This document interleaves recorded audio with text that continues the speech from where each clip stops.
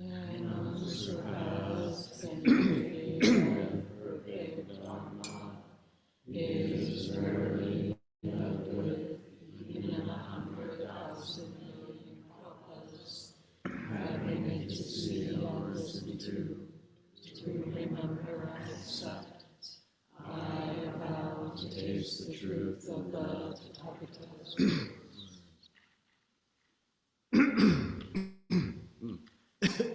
Mic check. Good morning, everybody. Morning. Good morning, folks online. So the problem is, I sit in my little room, and somehow I come up with, plenty of stuff to say, 40 minutes, 50 minutes worth of stuff. And then on the walk here, I think of just as many things that seem really important to share and explore.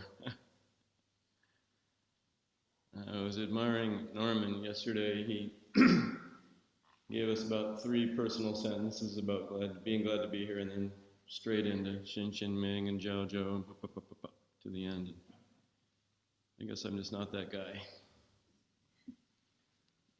First thing I thought of on the way here was I noticed the oyster crew out in the tide flats.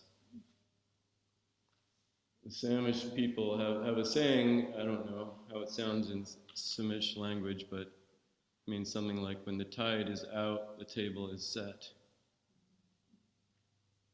So for us walking by, high tide, low tide is just like scenery, And for the people who lived here for so many thousands of years, it's, life and death, it's feast, it's yummy. And that continues to this day. There's a commercial oyster farm there. And that made me think about an ecological success story. I think it's worth underlying the ecological success stories because we hear about so many ecological disasters and degradations, as we should. So the oysters they're farming are actually not from here, they're from Japan. I think they're called Pacific oysters. There is a native oyster called the Olympic oyster. It's quite a bit smaller, so it's not as commercially viable. So mostly the oystermen, who were all men, I bet, just kind of brushed those aside and planted these bigger oysters. And they almost vanished altogether, the Olympic oyster. But recently, the last 10 years maybe, mostly the doing of one small nonprofit, getting the ball rolling to where the state couldn't ignore it and wanted to help. The Olympic oysters are coming back with a huge bang.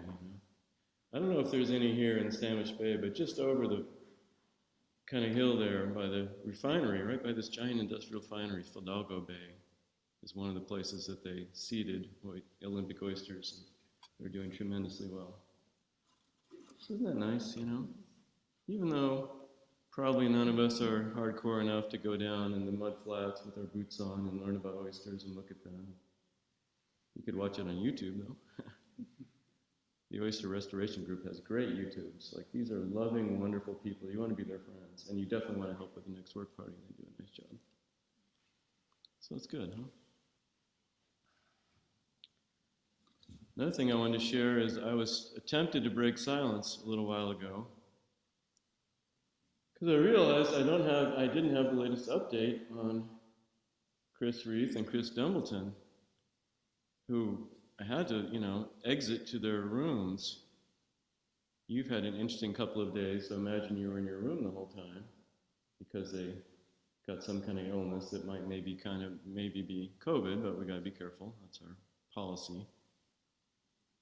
Our policy was a little unclear on a few things, so then there's a flurry of activities to get clear, but we did. So I was going to ask Mary, or maybe Michael, or maybe Rachel would know, and I didn't get around to it. And I was going to ask during the talk, we could have like a whole sidebar health committee meeting would happen, And so I turned around after offering incense, and there they are. Welcome back. So glad you're here. They're keeping us extra safe for some time longer. One part of the policy, not exactly clear yet, I guess. they'll stay up there the whole time or rejoin us or what'll happen. These beautiful lecterns were made by our member Neil Engeldow, and this one has a little pivot for laptops. Isn't it gorgeous?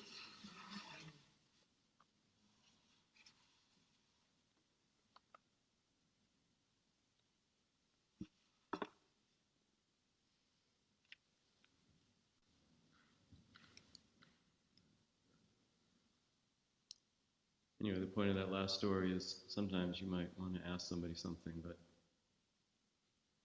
often as not, if we just pay attention for a while, the answer is right there.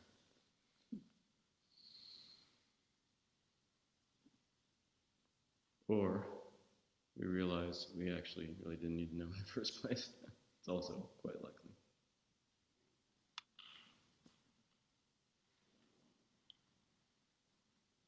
This is a great height. Anyway, sorry. So what a delightful and unexpected practice we had this morning. Standing in the rain practice. So rich. I can only report on my experience. Maybe later I'll get to hear about yours. Little spatters of rain on my jacket. The bird song. First it was robins, then it was chickadees and lots of other birds, I wasn't sure. Stand there for a while and just enjoy standing in the cool rain to bird song, a symphony, an immersive moment. I noticed the mind was good at worrying about other people. I worried about the cooks. Would they feel bad for being late with the meal? I worried kind of vaguely about you all. Is it okay? Did you remember your jacket? Are you impatient? Are you tired? Are you appreciating the standing in the rain practice? Or hating it? I turned back to myself and I checked it out, and I myself wasn't worried or upset. I was more worrying about other people. I was fine. Just standing, breathing, listening. A little cool, but not cold. I noticed the standard thought kind of bouncing around in my mind. Something like standing in the rain is a bad idea. You'll catch cold, right? So I questioned that a little bit. Is that really true? It doesn't feel like a bad idea. And I thought about the much more rigorous and uncomfortable kind of Zen practices that people do, and appreciated that this is like kind of as tough as it gets for us, you know. We were just at Dōgen's monastery. We're talking about Dōgen this week. The monastery Dōgen founded in the 1240s, called Eihei. And of course, Japan's a modern country, and all the monks who train there know that they're signed up and they're going to be let in, and they're going to spend their 2 years there and then go back home. It's pretty predictable. But they maintain some ancient rituals, and they are rituals. But one of them I was visualizing, so they showed us a little video of this.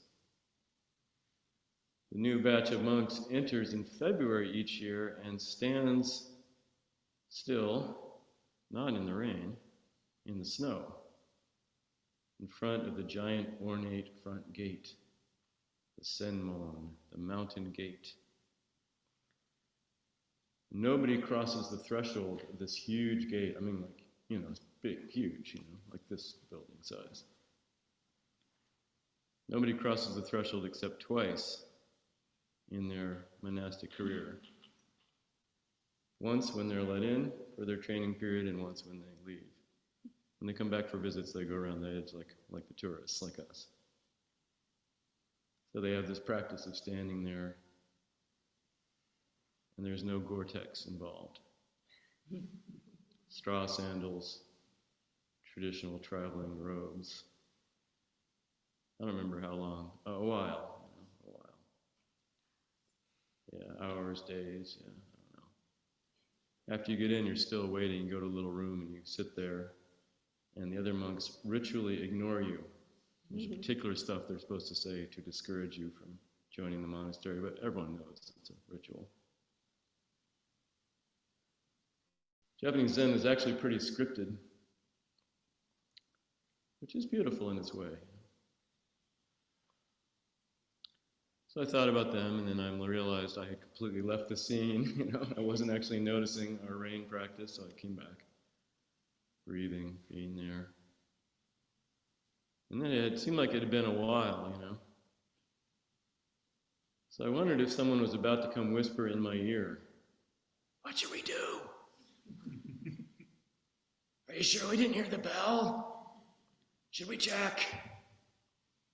I felt myself stiffen a little, and I felt my mind prepare mean judgments about that person.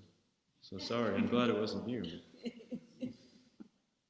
How grouchy and judgmental, even though it wasn't even happening, it was only happening in my mind.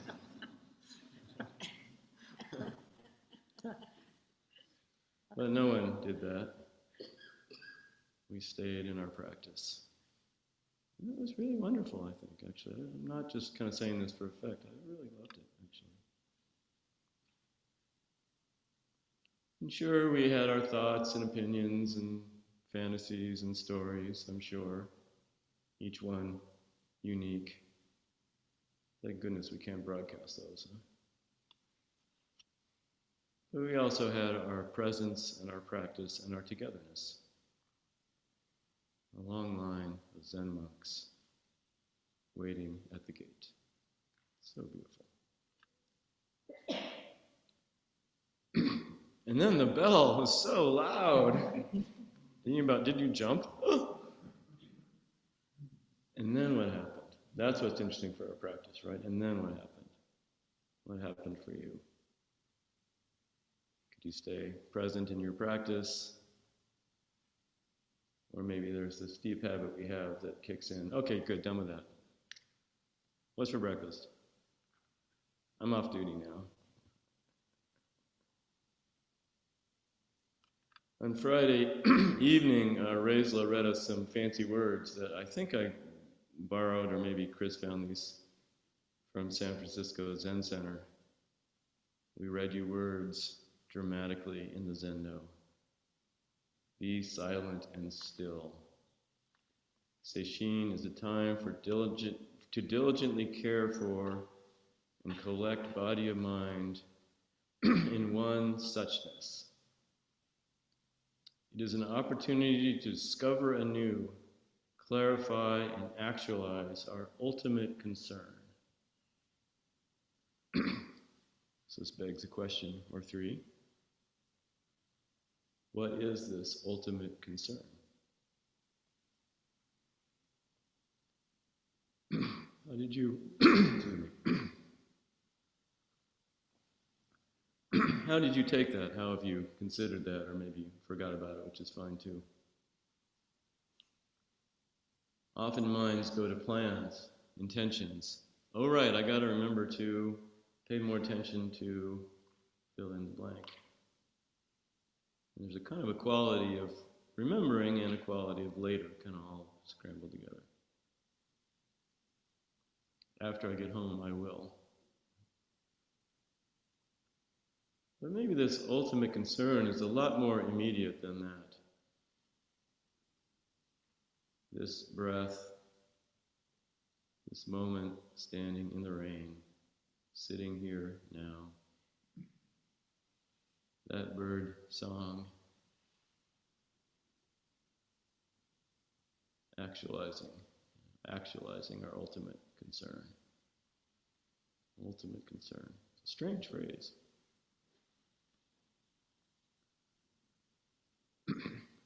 So anyway, back to my main topic. If there's still time.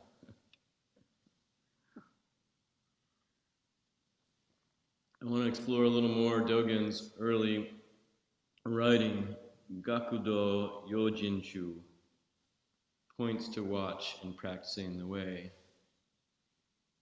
As I mentioned the other day, if you remember, a little less well known than some of his other early writing like Bendowa, Fukanza Zengi, so written in right about the same period, soon after he got back from China, the first years.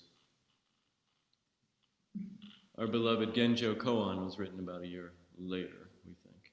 So we're kind of right in there. Points to watch and practicing the way. So that's what we're doing. So let's find out what the points are. So you might remember in the first chapter, Dōgen opens with this strong, strong focus on arousing something he calls the Bodhi mind.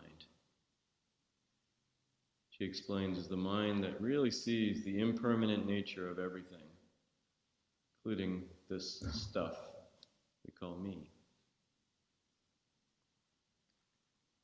And how naturally we do and will and are living in alignment with the Dharma when we understand this, when we feel this, that nothing's fixed, that everything's fluid and changing, and our ideas and labels are just fleeting little tags, you know. Tag, you're it, where'd you go? Not so solid as we think. And now we need these kind of teachings because we don't hardly notice that we do this. It's so normal. I don't know why we ever got to think normal was a good idea, but somehow we do. Along the way, he mentions, just to make sure we don't get too uptight, that there's nothing wrong with pleasure. And we can see, too, that its nature, the nature of pleasure, is like an evening breeze or a drop of morning dew. Lovely, peaceful, already gone. Can't be fixed or held, right? You can't put the evening breeze in a jar, the morning dew on a slide. It's not the morning dew anymore once you do that.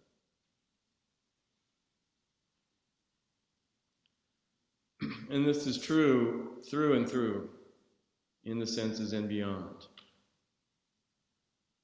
We too are the evening breeze and the morning dew.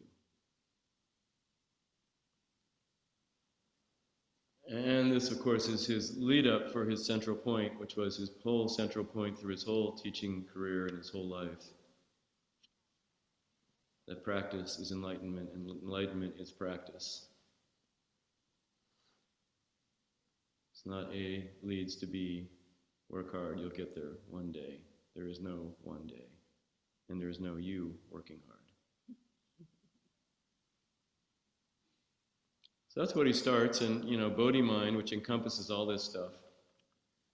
It's so funny, isn't it? Like, that's enough, right?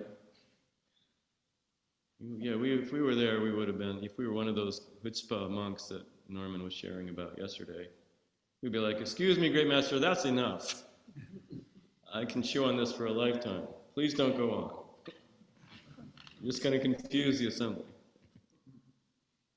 But Dōgen loved to keep going on. I appreciate how Chris spoke with us the other day about learning how to appreciate Dōgen over time.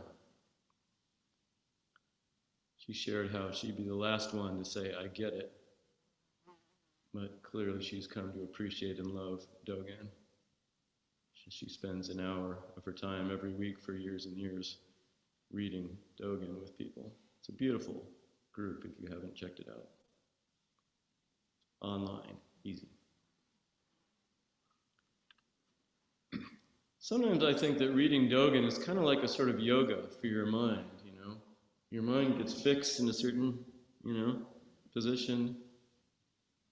Yoga opens us up, right?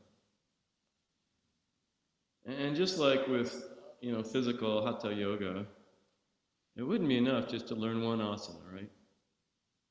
Especially it wouldn't be enough to learn one asana and do it once, but even to learn one asana and do it over and over again wouldn't be enough. You need a variety of asanas over and over to feel into the richness of body, mind, and even physically, right? To feel the joints and muscles and ligaments working and changing and moving and softening. Feels so good after yoga class. Even if it wasn't pleasant every moment in yoga class, right?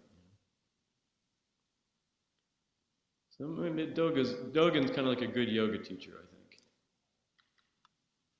Consider it this way, he says. The mind works and bends and stretches and tries to figure what he just said. And then consider it that way. The mind reaches, gets a little frustrated, can't quite do the pose. Let's go, just does it the best it can. And then consider the other way, he says. And the mind is like ready to give up. And then there's some glimmer. Oh. And then the mind tries to figure out what that glimmer meant, and it's all gone again. And maybe at the end of reading a Dōgen essay, we're a little exhausted, but happy. That was something, we might say. Someone who wasn't there with us say, well, what was it? I don't know. That was something. The mind just got yogaed. We feel good. We feel grateful. So Dōgen does have to go on a little longer. That was chapter 1. There's 10 of them in this piece.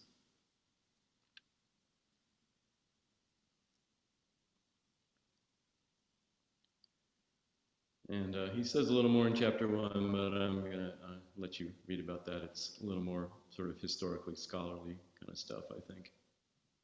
He references the other Buddhisms of the day in kind of an interesting way.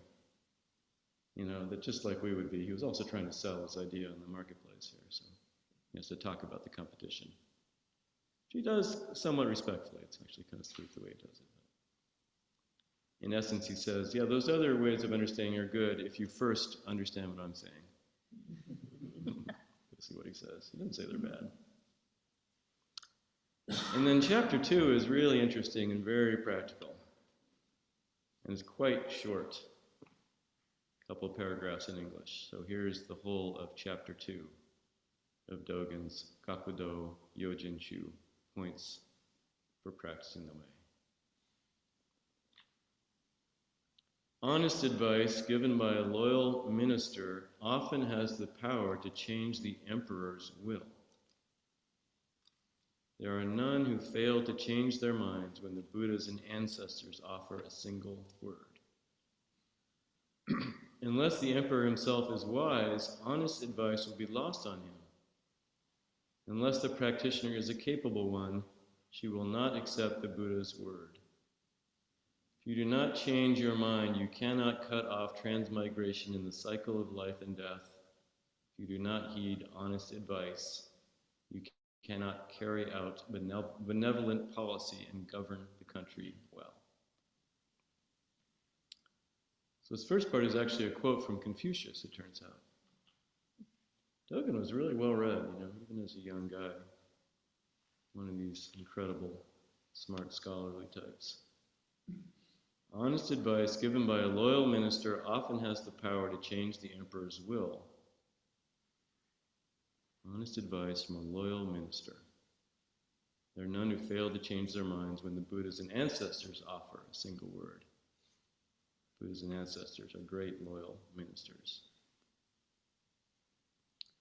But the emperor has to be wise to hear this, and we have to be capable to hear it, to accept Buddha's word and change our mind. I think that's the pivot in the middle of this chapter. If you do not change your mind, you cannot, blah, blah, blah, technical language there. And then he goes back to the emperor at the end. So it's weaving between these two metaphors, the emperor and us.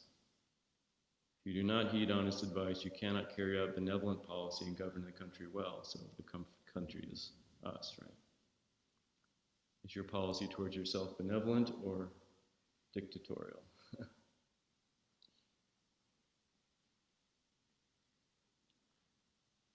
So this is really interesting. Can we be wise enough to listen to the loyal minister?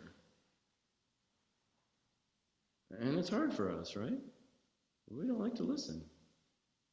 Why? Because our conditioned mind is so full of opinions and judgments and certainties and conclusions, many we think well-founded on experience and our education and understanding, and we are sure we know how it's all supposed to be. We do know that these strong opinions and judgments often make us suffer, but so what? We're right. And are we willing? Are we willing to change that mind? To see things differently? Especially when we're really hooked. They should have given me fill in the blank. Right? We're hooked. It's hard, maybe because it means admitting we had it wrong, or at least incomplete, or that we were locking down on conditioned thinking. I don't know, it's hard for us. And maybe a little bit threatening, because in this process we start to recognize, well, if this conclusion of mine goes by the wayside, what about the rest of them? You know? What's left? Do I know anything? It's threatening to the mind that figures stuff out, to be told, you know what? It's entirely possible you're fundamentally wrong. Who wants to hear that? You know? And our conditioned self is so easily wounded. For some reason, it's come to my mind several times recently. Something that happened in 7th grade. So I don't even know how many years ago that was. 60? No, I'm not that old yet. 50 something. A little less than 50. I was in junior high school band, and the band teacher told me my trumpet tone sounded like a dead cow. Yeah, I did not laugh at the time. And I still cry a little when I think about that. So yeah, to be told I was no good at this, you know. I hadn't gotten it, you know. Didn't know how to purse my lips right or blow right or something. I'm sure he was just having a bad day. Imagine being a junior high school band teacher. You have to have really high tolerance. They should probably go to Eihei first, you know.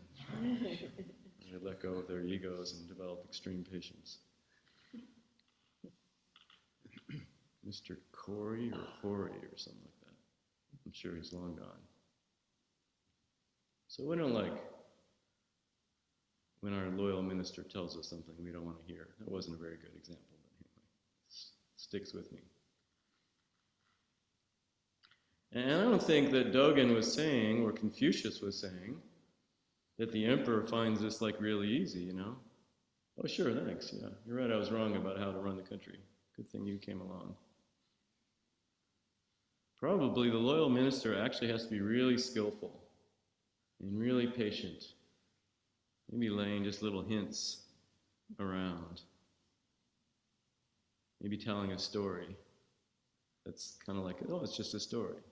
But maybe the emperor will see that it points to something he's doing or thinking. I did a little bit of that the other day. I don't know if the people noticed I was doing it, though. Or maybe the loyal minister even tricks the emperor, you know? Tricks him into changing his mind. And this would have been very dangerous, right? The great emperors of China did not suffer fools gladly, you know, and if your emperor feels insulted, that's probably it for you. So this part of us, this wise part of us, is really in a bind, I think, you know. We are hard to deal with. So we cultivate the skill of our loyal minister. And we cultivate the wisdom of our stubborn emperor who knows everything. And it's a slow road, isn't it? That's why we come here year after year after year after year, you know. I appreciated Chris's note there, too. This has been a really central retreat for me, obviously.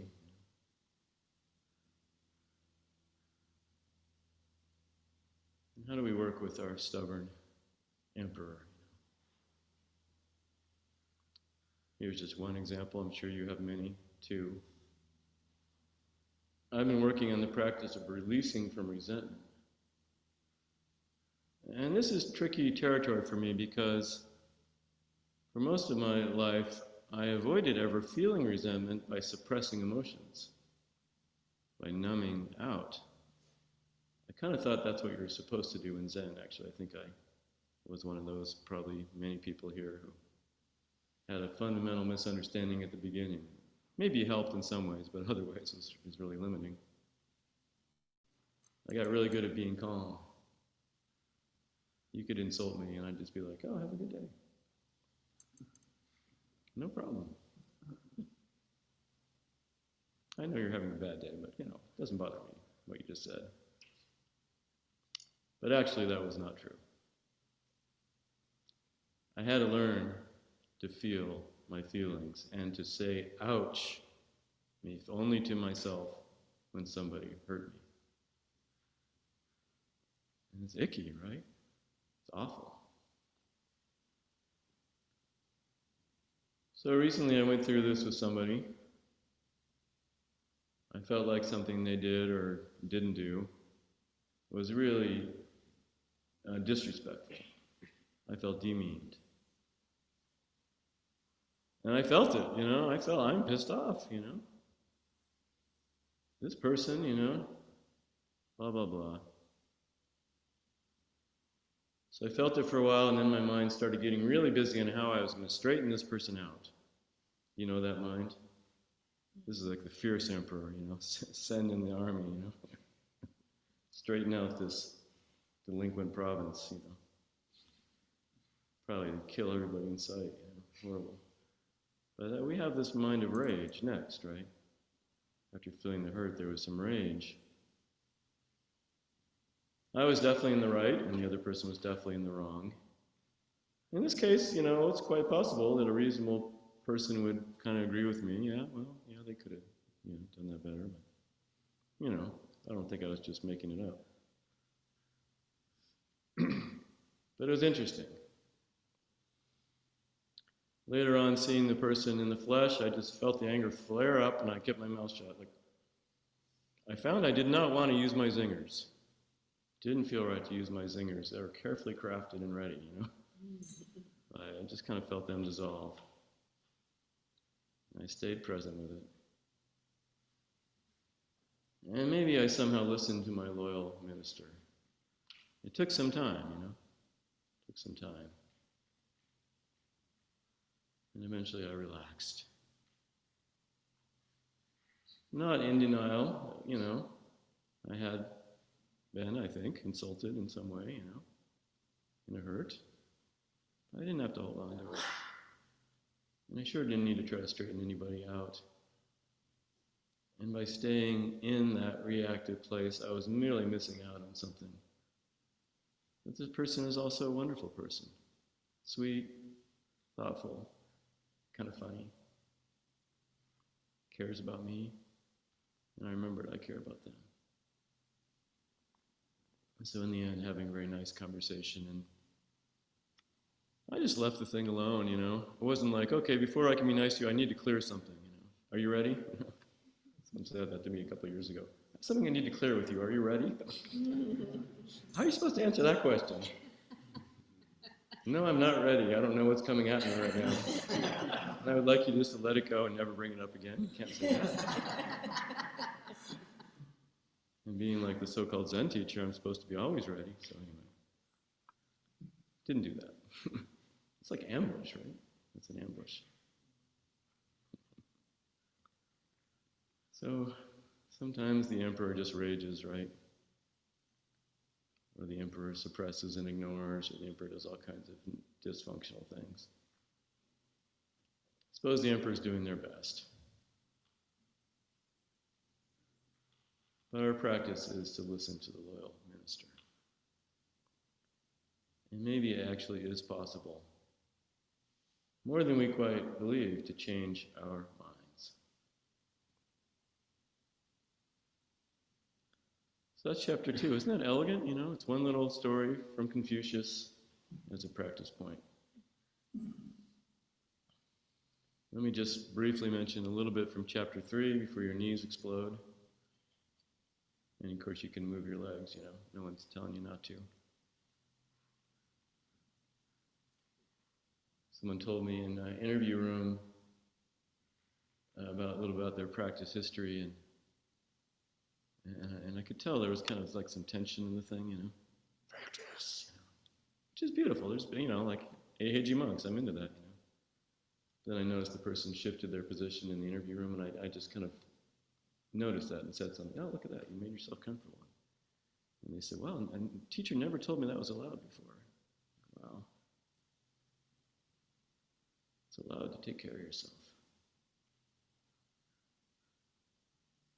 And sure, keep the form. It's beautiful. We all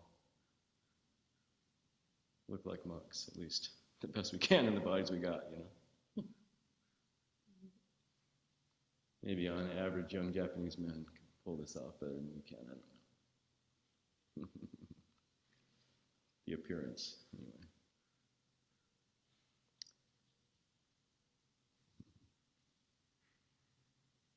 So chapter 3, Dōgen goes right back to Confucius again. So he's making use of Confucius here. And I don't know if later Dōgen, if he really did quote Confucius or not. Chapter 3 says there's a Confucian maxim that goes, the rewards of study lie within the study. The rewards of study lie within the study. The Buddha said, realization lies in practice. I have never heard of anyone who earned rewards without studying or attaining realization, or attained realization without practice. So this is pretty interesting. Confucius says, the rewards of study lie within the study. Dōgen says, the Buddha says, he's good at making up his own Buddha quotes, just like on Facebook, actually. Sometimes, they are literal, and other times they're Dōgen's version. So the Buddha says Dōgen, realization lies in practice, and goes on. I have never heard of anyone who earned rewards without studying or attained realization without practice. So this does say practice for practice's sake. The rewards are within the study. But it also does seem to say something that we don't think Dōgen says. Something about rewards. Did you catch that? Were you like, was Tim looking up the wrong thing here? That couldn't be Dōgen. It does say rewards. Rewards of realization through practice. So I don't know, we can analyze that lots of ways, people do. Maybe this is early Dōgen and he still kind of hasn't totally committed to practice and enlightenment or one, I don't know. Maybe it's skillful means for us. But maybe we can just hear it as a both and statement and not worry too much. That both are true. Practice is inherently complete all by itself, and practice helps us, right? Common sense.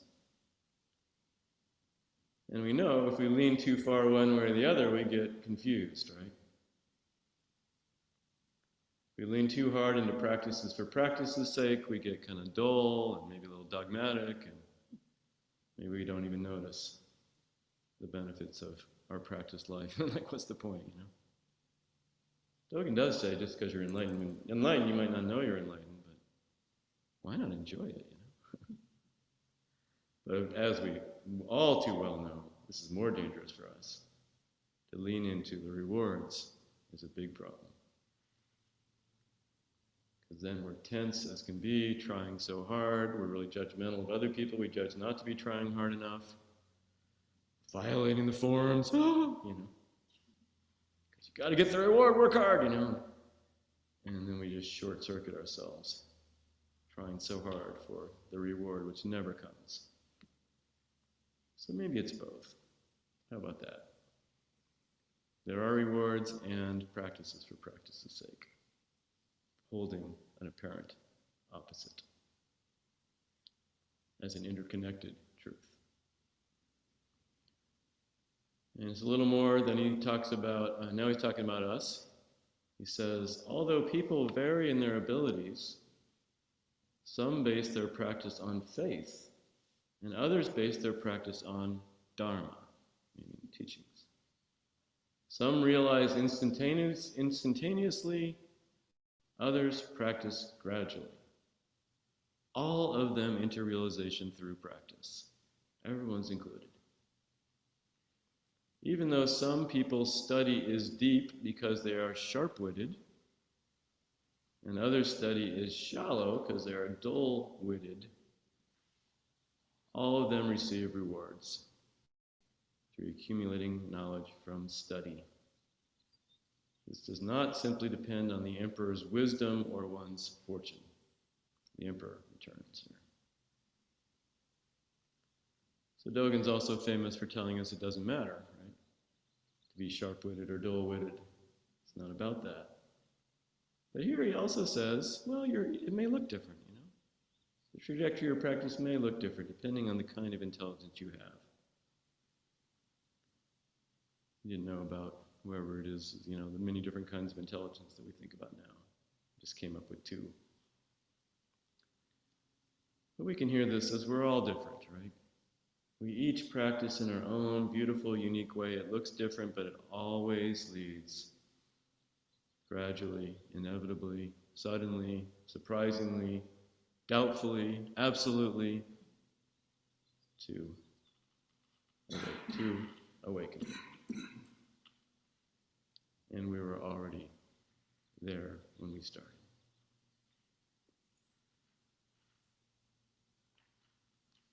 That last line about good fortune is worth underlining. Norman mentioned this yesterday too. I think it's actually hard for our minds to even take in our good fortune. For one thing, we're kind of good at complaining. But to really think about it, how could this be, you know? This, right here, right now. How could this be? What privilege? We could each try to write down all the factors that led it to be possible for us to be here, and the sesshin to be here, and everyone else to be here, and this practice to be here. I mean, we would never stop writing, right? That might be a good practice for us. Let's spend a week reflecting actively and writing it down on how it is we came to be here. It's endless. Our good fortune is bottomless. It's like astounding. And yet, here we are.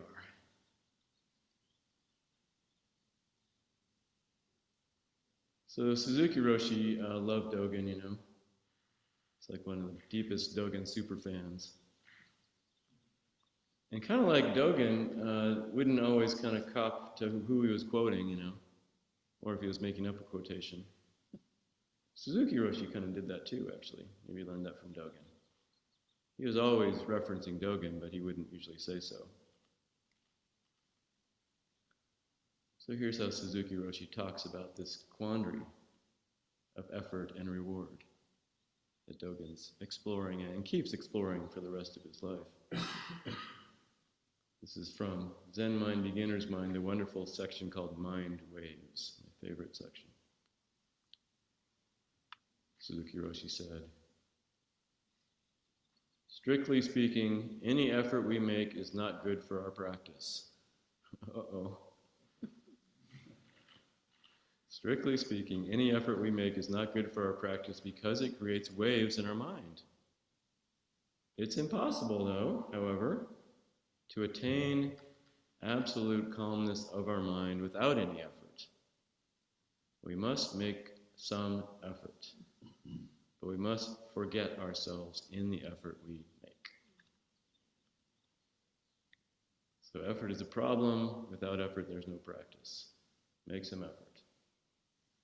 But the effort has a really important quality to it.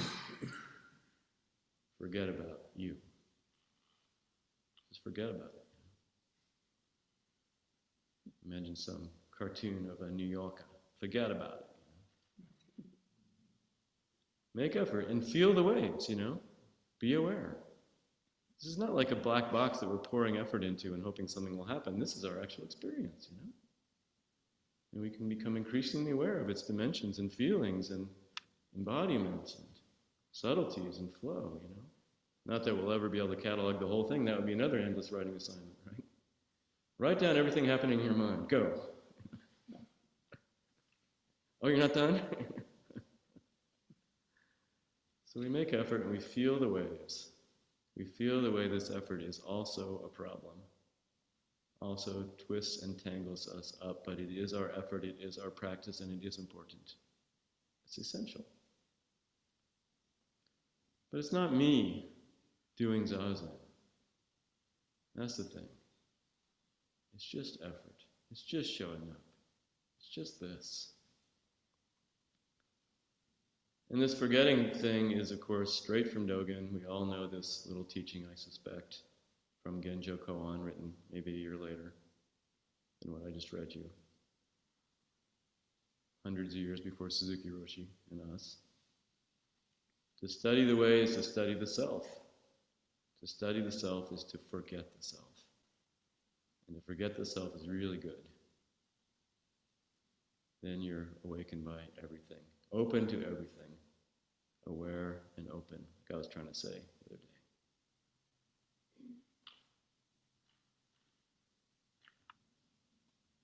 So,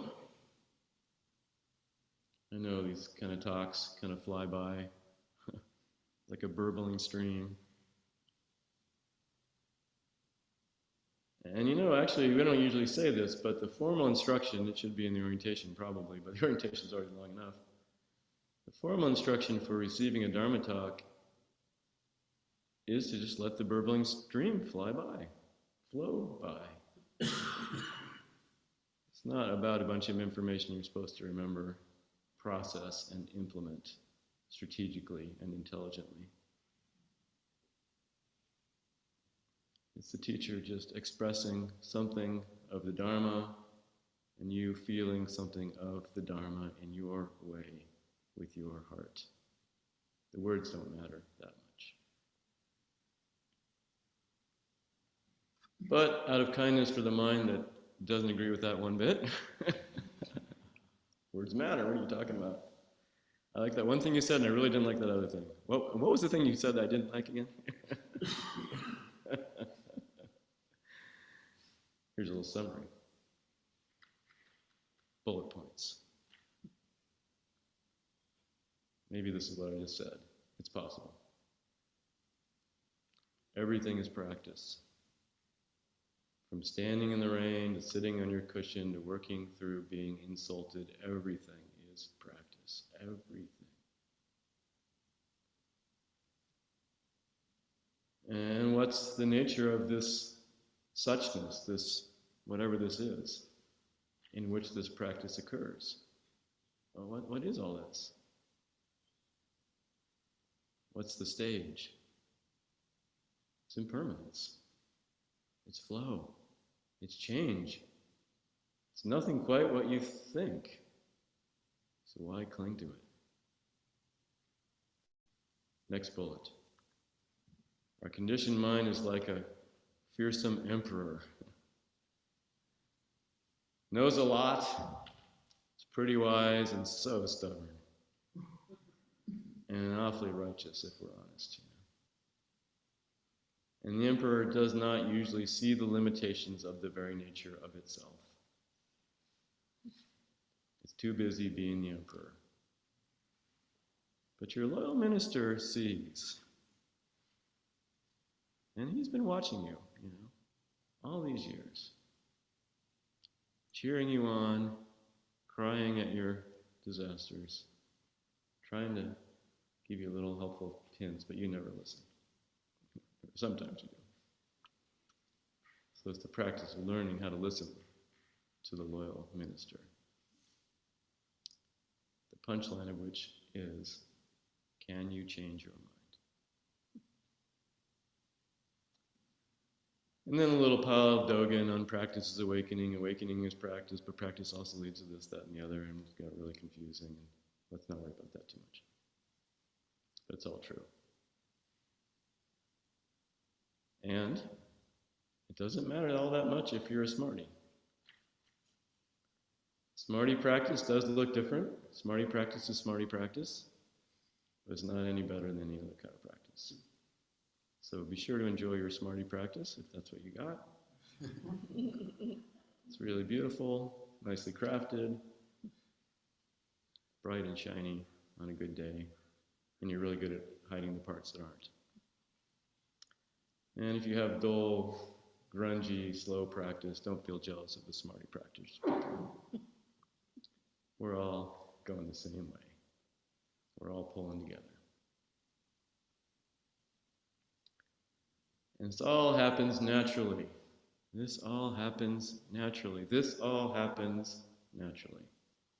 This practice is awakening. And you still need to make effort. It's my last bullet. And I'll leave you be.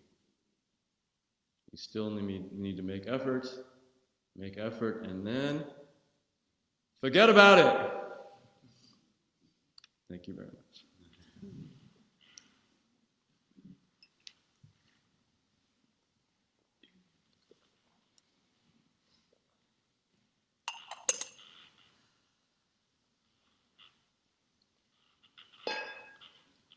May our intentions equally extend to every being and place with the true merit of the Buddha's way.